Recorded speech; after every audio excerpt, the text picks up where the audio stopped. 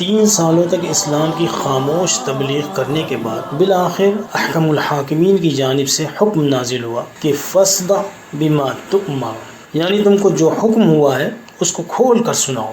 اس حکم کے نازل ہونے کے بعد آپ صلی اللہ علیہ وسلم کوہ صفا پر تشریف لے گئے اور ایک ایک قبیلے کا نام لے لے کر اونچی آواز سے انہیں بلانا شروع کیا۔ آواز کا سننا تھا کہ جوق در جوق لوگ آ کر جمع ہونے لگے۔ جب لوگ جمع ہو گئے تو آپ صلی اللہ علیہ وسلم نے اسی طرح بلند آواز سے فرمایا، اخبرتکم ان الغد ومصبحکم او ممسکم اما کنتم، یعنی اے قریش، اگر میں تم کو یہ خبر دوں کہ صبح کو یا شام کو تم پر دشمن حملہ کرنے والا ہے تو کیا تم لوگ مجھ کو سچا جانو گے؟ اور ایک دوسری روایت میں ہے کہ آپ صلی اللہ علیہ وسلم نے فرمایا، لوگو، اگر میں تم سے کہوں کہ اس پہاڑی کے دوسری طرف ایک لشکر ہے جو تم پر حملہ کرنے والا ہے تو کیا تم مجھے سچا جانو گے؟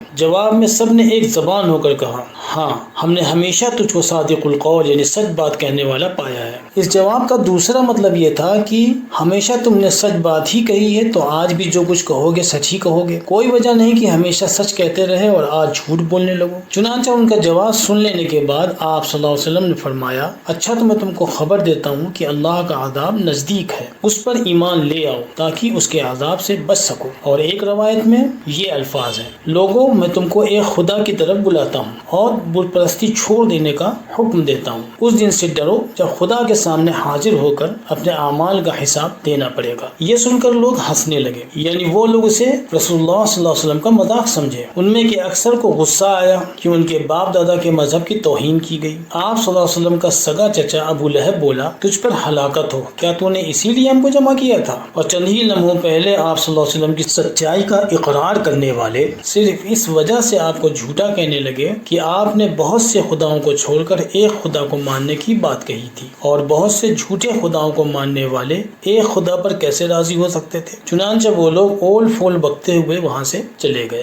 اور ابو لہب کی بدبختانہ گفتگو سے آپ صلی اللہ علیہ وسلم کو جو تکلیف پہنچی، حق تعالی شانہ نے اس کی تسلی اس طرح فرمائی، تبت یدا ابی لہب وتب ما اغنى عنه ماله وما کسب سيصلى نارا ذات لہب وامرأته حمالة الحطب فی جیدها حبل من مسد، یعنی ٹوٹ گئے ابو لہب کے ہاتھ، وہ برباد ہوا، نہ اس کا مال اس کے کام آیا اور نہ کمائی ہی آئی۔ بہت جلد وہ دہکتے ہوئے شعلوں میں داخل ہوگا، اور اس کی بیوی جو لکڑیاں لاد کر لاتی ہے اس کے گلے میں ایک خوب بٹی ہوئی رسی ہوگی۔ رشتہ داروں کو اللہ سے ڈرانے کا حکم۔ نبوت کے 4تھے سال میں آپ صلی اللہ علیہ وسلم کو اللہ تعالیٰ کی طرف سے یہ حکم پہنچا، وَأَنذِرْ عَشِيرَتَكَ الْأَقْرَبِينَ، یعنی اپنے قریبی رشتہ داروں کو ڈرائیے۔ یہ حکم ملتے ہی آپ صلی اللہ علیہ وسلم نے حضرت علی کرم اللہ وجہہ کو حکم دیا کہ ایک ضیافت یعنی دعوت کا انتظام کرو۔ حضرت علی رضی اللہ عنہ نے فوراً حکم کی تعمیل کی، اور آپ صلی اللہ علیہ وسلم نے اس دعوت میں اپنے قریبی رشتہ داروں کو بلایا۔ آپ صلی اللہ علیہ وسلم کے تقریباً 40 رشتہ دار اس دعوت میں شریک ہوئے۔ جب کھانا ختم ہو گیا تو آپ نے کچھ ارشاد فرمانا چاہا، لیکن یہاں بھی ابو لہب نے بےہودہ باتیں شروع کر دی، جس سے آپ صلی اللہ علیہ وسلم کو بولنے کا موقع نہ مل سکا اور لوگ ادھر ادھر ہو گئے۔ دوسرے روز آپ صلی اللہ علیہ وسلم نے پھر دعوت دی اور اپنے رشتہ داروں کو پھر کھانے پر بلایا۔ جب کھانا ہو چکا تو آپ نے اس طرح کلام کا آغاز فرمایا، دیکھو، میں تمہاری طرف وہ بات لے کر آیا ہوں کہ جس سے زیادہ اچھی بات کوئی شخص اپنے قبیلے کی طرف نہیں لایا، بتاؤ اس کام میں کون میرا مددگار ہوگا؟ آپ صلی اللہ علیہ وسلم کی بات سن کر سب خاموش رہے، کسی نے کوئی جواب نہیں دیا۔ سب کو خاموش دیکھ کر حضرت علی رضی اللہ عنہ کھڑے ہوئے اور بولے، اگرچہ میں چھوٹا ہوں اور کمزور ہوں لیکن میں آپ کا ساتھ دوں گا۔ ان کی بات سن کر سب ہنس پڑے اور ایک بار پھر آپ صلی اللہ علیہ وسلم کے خطاب کا مذاق اڑاتے ہوئے وہاں سے چلے گئے۔ آپ کی مخالفت کا آغاز۔ اب چونکہ تبلیغ کا حکم ہو چکا تھا، اس لیے آپ صلی اللہ علیہ وسلم نے عمومی طور پر لوگوں کو اسلام کی طرف بلانا شروع کیا، اور یہیں سے آپ کی مخالفت کا آغاز ہو گیا۔ کسی قبیلے کو نہ اپنے کفر و شرک سے ہٹنا گوارا تھا اور نہ ہی اپنے دین کی برائی سننا پسند تھا، اور مشرکین مکہ کے مشرکانہ دین میں ظاہر ہے کہ برائیوں کے علاوہ کچھ نہ تھا۔ چنانچہ جو رسول اللہ صلی اللہ علیہ وسلم انہیں ان کے دین کی برائی سمجھاتے، ویسے ویسے ان کی دشمنی اور عداوت بڑھتی جاتی۔ اس دشمنی میں اس وجہ سے اور بھی اضافہ ہوتا جاتا کہ آپ صلی اللہ علیہ وسلم کا تعلق بنو ہاشم قبیلے سے تھا اور قریش کے زیادہ تر قبیلوں کو اس قبیلے سے بغض تھا۔ اس بغض کی وجہ سے بھی کوئی آپ کی بات سننے کو تیار نہ ہوتا کہ کسی حریف قبیلے کے شخص کو نبی مان کر کون اس کی اطاعت قبول کرے۔ یعنی آپ صلی اللہ علیہ وسلم کو نبی نہ ماننے کی اصل وجہ آپسی دشمنی تھی، لیکن آپ صلی اللہ علیہ وسلم نے کسی بات کی پرواہ نہ کی اور حکم الہی کے مطابق تبلیغ دین کا کام پورے عزم و استقلال کے ساتھ جاری رکھا۔ میلوں، گھروں، گرجوں، مندروں، جہاں بھی موقع ملتا آپ صلی اللہ علیہ وسلم لوگوں کو اسلام کی دعوت دیتے اور لوگ بھی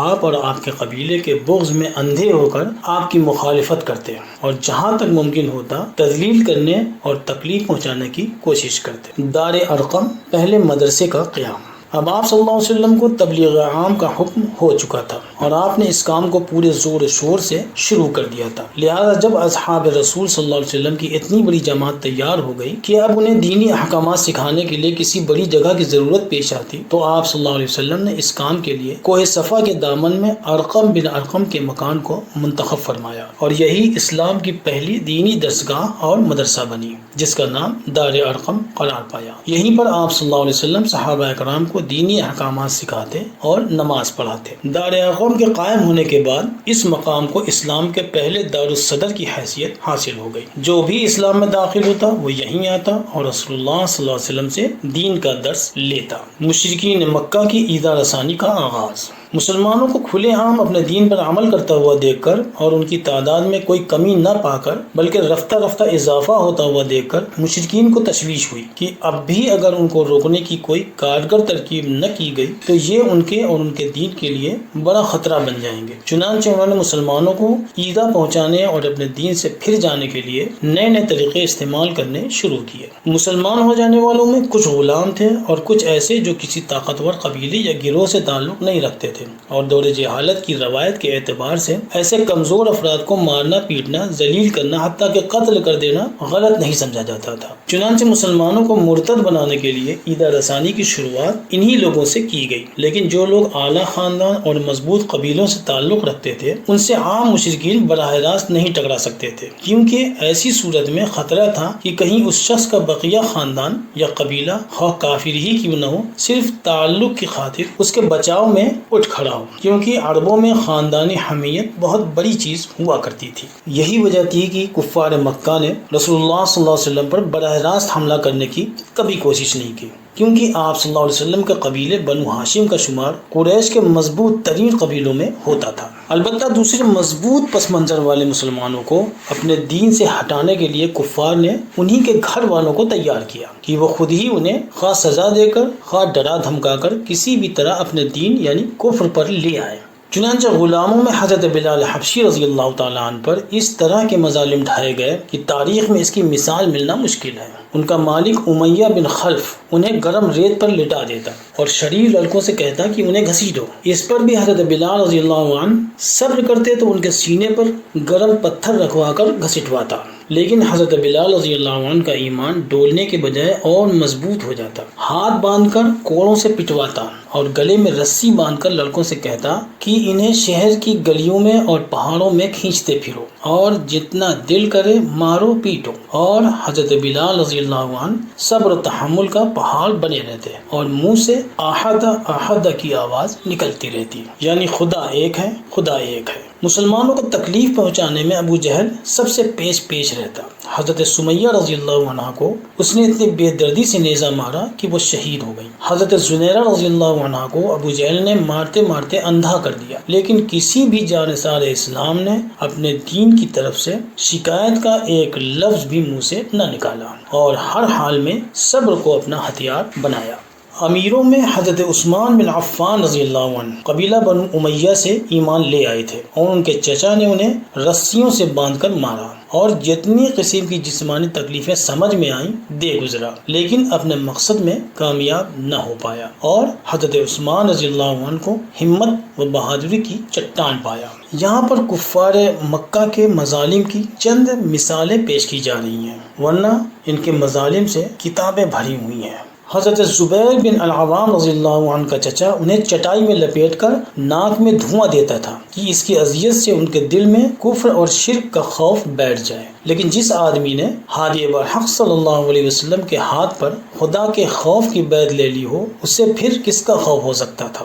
حضرت خباب بن حارث رضی اللہ تعالیٰ عنہ کو ایک روز کفار نے زمین پر انگارے بچھا کر اس پر لٹا دیا اور ایک شخص کو ان کے سینے پر بیٹھا دیا کہ کروٹ نہ لینے پائیں۔ ان کی تمام کمر جل کر کباب ہو گئی، لیکن کفار انہیں اپنے ایمان سے انچ بھر بھی ہلا پانے میں کامیاب نہ ہو پائے۔ حضرت عبداللہ ابن مسعود رضی اللہ تعالیٰ عنہ کو کافروں نے خانہ کعبہ کے صحن میں پکڑ لیا اور مارتے مارتے بے ہوش کر دیا۔ غرض جس سے جو بن پڑا وہ اس نے کیا۔ گستاخی رسول صلی اللہ علیہ وسلم کی شروعات۔ جب ان گستاخوں نے صحابہ اکرام پر ظلم و زیادتی کے پہاڑ توڑ لیے اور انہیں صبر و تحمل کی ایسی چٹان پایا جسے اپنی جگہ سے ڈگا پانا مشکل ہی نہیں ناممکن تھا، تو پھر ان کی عداوت و دشمنی نے ترقی کی اور ان کے ناپاک قدم نبی پاک صلی اللہ علیہ وسلم کی طرف بڑھے۔ ایک ملعون عقبہ بن ابی معیط نے ایک روز خانہ کعبہ میں نماز پڑھنے کے دوران آپ صلی اللہ علیہ وسلم کے گلے میں چادر ڈال دی اور اس زور سے اینٹھا کہ آپ کا دم رکنے کو آیا۔ کسی نے جناب حضرت ابوبکر صدیق رضی اللہ تعالیٰ عنہ کو خبر دے دی تو انہوں نے بیت اللہ شریف میں پہنچ کر رسول اللہ صلی اللہ علیہ وسلم کو اس کے شر سے بچایا اور قریش سے مخاطب ہو کر بولے، اتقتلون رجلا ان یقول ربی اللہ، کہ تم کیا ایک شخص کو اس لیے قتل کرتے ہو کہ وہ کہتا ہے کہ میرا رب اللہ ہے؟ یہ سن کر مشرکین نے آپ صلی اللہ علیہ وسلم کو تو چھوڑ دیا مگر حضرت ابوبکر رضی اللہ تعالیٰ عنہ سے لپٹ پڑے اور خوب زد و گوب کیا۔ ایسے ہی ایک روز پھر موقع پا کر چند شرپسندوں نے آپ صلی اللہ علیہ وسلم کو خانہ کعبہ کے صحن میں گھیر لیا اور چاہا کہ گستاخی کر گزرے، لیکن تبھی کسی نے حضرت حارث بن حالہ رضی اللہ عنہ کو خبر کر دی اور وہ فوراً آپ صلی اللہ علیہ وسلم کی مدافعت میں پہنچ گئے۔ یہاں بھی مشرکین نے آپ صلی اللہ علیہ وسلم کو چھوڑ کر حضرت حارث رضی اللہ عنہ کو نشانہ بنا لیا اور اس قدر زد و کوب کیا کہ وہ شہید ہو گئے۔ انا للہ و انا الیہ راجعون۔ اس حادثے کے بعد ان بدبختوں کی جرأت نہیں ہوئی کہ رسول اللہ صلی اللہ علیہ وسلم کی طرف بھی اسی ارادے سے بڑھیں جس ارادے سے حضرت حارث رضی اللہ تعالیٰ عنہ کی طرف بڑھے تھے اور انہیں شہید کیا تھا۔ نبی کریم صلی اللہ علیہ وسلم نے فرمایا، وَنُصِرْتُ عَلَى الْعَدُوِّ بِالرُّعْبِ وَلَوْ كَانَ بَيْنِي وَبَيْنَهُ مَسِيرَةُ شَهْرٍ، یعنی روب کے ذریعے مجھے اپنے دشمنوں پر نصرت دی گئی ہے اگرچہ میرے اور ان کے مابین ایک ماہ کا فاصلہ ہو۔ یعنی میرے دشمنوں پر اللہ تعالیٰ نے ایک ماہ کے فاصلے سے میرا روب ڈال رکھا ہے۔ ایسے میں خیال کیا جا سکتا ہے کہ تو پھر کفار مکہ یا دوسرے مخالفین کی جرت کا یہ عالم کیوں تھا کہ وہ آپ کی جان کے در پر رہا کرتے تھے؟ اس کا مختصر جواب یہ ہو سکتا ہے کہ یہ خوف اور رعب کفار اور مشرکین کے دلوں پر تھا اور آپ صلی اللہ علیہ وسلم کی مخالفت میں وہ جو بھی قدم اٹھاتے تھے وہ اپنے بچاؤ کے لیے ہوتا تھا۔ تفسیر میں اور بھی وضاحت ممکن ہے۔ بیت اللہ شریف ہی میں نماز کے دوران ایک مرتبہ پھر چند شرپسندوں کو موقع ملا اور ابو جہل نے اپنے ساتھیوں سے کہا کہ فلاں جگہ اونٹ ذبح ہوا ہے، کوئی اس کی اوجھڑی اٹھا لائے اور محمد صلی اللہ علیہ وسلم نماز پڑھ رہے ہیں، ان کے اوپر ڈال دیں۔ اس گستاخی کے لیے بھی وہی شقی عقبہ بن ابی معیط اٹھا جس نے اس سے پہلے نماز میں آپ کی گردن مبارک چادر سے دبائی تھی اور جا کر اوجھڑی لے آیا۔ جب آپ صلی اللہ علیہ وسلم سجدے میں تشریف لے گئے تو آپ کی پشت پر ڈال دی۔ آپ کی توجہ نماز میں اپنے رب کی طرف اس درجے کی ہوتی تھی کہ کسی دنیاوی بات کی خبر نہیں ہوتی تھی، خصوصاً ایسے موقع پر جب کفار کی جانب سے نماز میں خلل پیدا کرنے کا اندیشہ رہتا تھا، تو ظاہر ہے کہ یہ توجہ اور بھی بڑھ جاتی ہوگی۔ چنانچہ کفار کی اس مذموم حرکت کا آپ صلی اللہ علیہ وسلم کو پتہ بھی نہ چلا اور ان بدبختوں نے سمجھا کہ محمد کو خوب ستایا۔ حضرت عبداللہ بن مسعود رضی اللہ تعالیٰ عنہ بھی وہاں موجود تھے، لیکن کفار کے شر سے بچنے کے لیے خاموش رہے کیونکہ اس وقت وہاں مشرکین کے بڑے بڑے سردار اور زوراور لوگ موجود تھے۔ لیکن حضرت فاطمہ زہرا رضی اللہ عنہ ابھی بچی تھیں، وہ وہاں پہنچ گئی اور اوجڑی کو آپ صلی اللہ علیہ وسلم کی پشت سے ہٹایا۔ کفار کو برا بھلا بھی کہا، لیکن ان میں سے کوئی حضرت فاطمہ رضی اللہ عنہ سے نہیں ملجا۔ آپ صلی اللہ علیہ وسلم کے مکان پر کفار مکہ اپنی گندگیاں ڈال جاتے تھے۔ کچھ لوگ راستے میں کانٹے بچھا دیتے تھے کہ آپ کے پاؤں زخمی ہوں۔ آپ صلی اللہ علیہ وسلم تلاوت فرماتے تو کفار زور زور سے باتیں کرتے تاکہ آپ کو پڑھنے میں دشواری ہو۔ کچھ آپ کو پاگل کہتے ہیں، کچھ ساحر کہتے ہیں اور کچھ مجنون کہتے ہیں اور یہ کہہ کر مذاق اڑایا کرتے، لیکن آپ صلی اللہ علیہ وسلم کسی کی کسی بات اور کسی فعل کا کوئی جواب نہ دیتے۔ آپ پورے حوصلے اور عزم کے ساتھ احکم الحاکمین کے احکامات کی تعمیل میں لگے رہتے۔ کفار کی نا امیدی اور رسول اللہ صلی اللہ علیہ وسلم کو پیغام۔ آخر کار کفار مکہ کا طاقت کے استعمال سے اللہ کے رسول صلی اللہ علیہ وسلم کو اللہ کا پیغام لوگوں تک پہنچانے سے روک لینے کا حربہ بیکار ہو گیا، اور جب یہ طریقہ بیکار ہو گیا تو انہیں تشویش نے گھیرا کہ کہیں ایسا نہ ہو کہ ہم اندھی دشمنی میں انہیں پریشان کرنے پر اکتفا کیے رہیں اور یہ اسے برداشت کرتے کرتے اتنے مضبوط ہو جائے کہ ہم سے مقابلے پر اتر آئے۔ چنانچہ مشرکین نے جمع ہو کر مشورہ کیا کہ طاقت کا استعمال کارگر نہ ہونے کی صورت میں اب کیا کیا جائے۔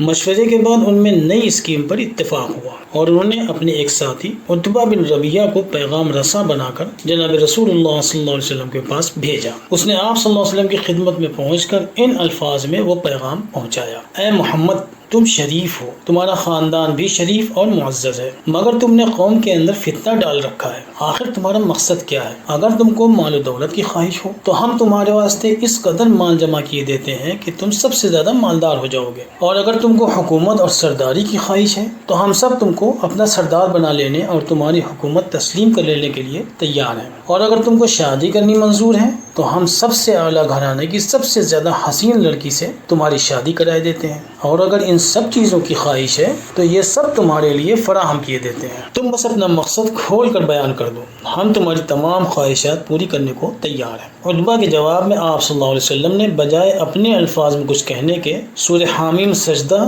یعنی سورہ فصلت تلاوت فرمانی شروع کر دی، اور جب آپ صلی اللہ علیہ وسلم تلاوت کرتے ہوئے یہاں تک پہنچے: فَإِنْ أَعْرَضُوا فَقُلْ أَنذَرْتُكُمْ صَاعِقَةً مِثْلَ صَاعِقَةِ عَادٍ وَثَمُودَ، پھر بھی اگر یہ لوگ منہ موڑے تو آپ کہہ دیجئے کہ میں نے تمہیں اس چنگھار سے خبردار کر دیا ہے جیسی چنگھار عاد اور سمود پر نازل ہوئی تھی۔ یہ سن کر عتبہ کے چہرے کا رنگ اڑ گیا، اس نے جلدی سے آپ کے منہ پر ہاتھ رکھ دیا اور بولا: ایسا نہ کہو۔ آپ صلی اللہ علیہ وسلم نے سجدہ کیا اور سجدے سے فارغ ہو کر فرمایا: تم نے میرا جواب سن لیا۔ عتبہ فوراً وہاں سے اٹھ گیا۔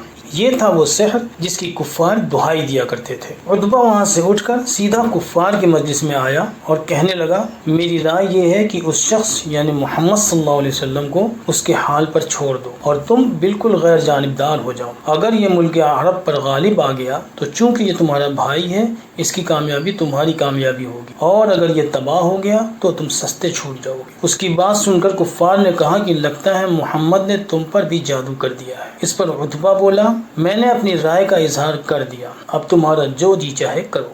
کفار کا دوسرا طریقہ۔ جب یہ طریقہ بھی ناکام ہو گیا تو کفار نے دوسری ترکیب سوچی۔ ابو جہل، ولید، ابو البختری، اسود، عتبہ اور شیبہ وغیرہ کی شکل میں ایک وفد آپ صلی اللہ علیہ وسلم کے چچا ابو طالب کی خدمت میں بھیجا اور شکایت کی کہ تمہارا بھتیجا ہمارے بتوں کی برائی کرنے سے باز نہیں آتا، اس کو سمجھاؤ اور اس حرکت سے روکو۔ جواب میں ابو طالب نے انہیں ان کی حرکتیں یاد دلائیں کہ کس طرح تم لوگ بھی اس کو ایذا پہنچانے میں پیچھے نہیں رہے، جو سمجھ میں آیا وہ کر گزرے اور اب یہاں آئے ہو۔ اس وقت تو وہ لوگ ابو طالب کے پاس سے اٹھ کر چلے گئے، لیکن اگلے روز مشورہ کر کے پھر ان کے پاس پہنچے۔ اس مرتبہ ابو طالب نے رسول اللہ صلی اللہ علیہ وسلم کو بھی بلوایا اور قریشی سردار سے کہا کہ اپنا مدعا بیان کرو۔ کفار نے آپ کے سامنے پھر وہی تمام پیشکش رکھی جو اس سے پہلے عتبہ نے پیش کی تھی۔ اس بار انہوں نے اپنا مدعا اس طرح بیان کیا: اے محمد، ہم نے اس وقت آپ کو بعض ضروری باتوں کے لیے بلایا ہے۔ بخدا کوئی شخص اپنی قوم پر اتنی مشکلات نہیں لایا ہوگا جس قدر مشکلات میں تم نے قوم کو مبتلا کر دیا ہے۔ اگر تم اپنے اس نئے دین کے ذریعے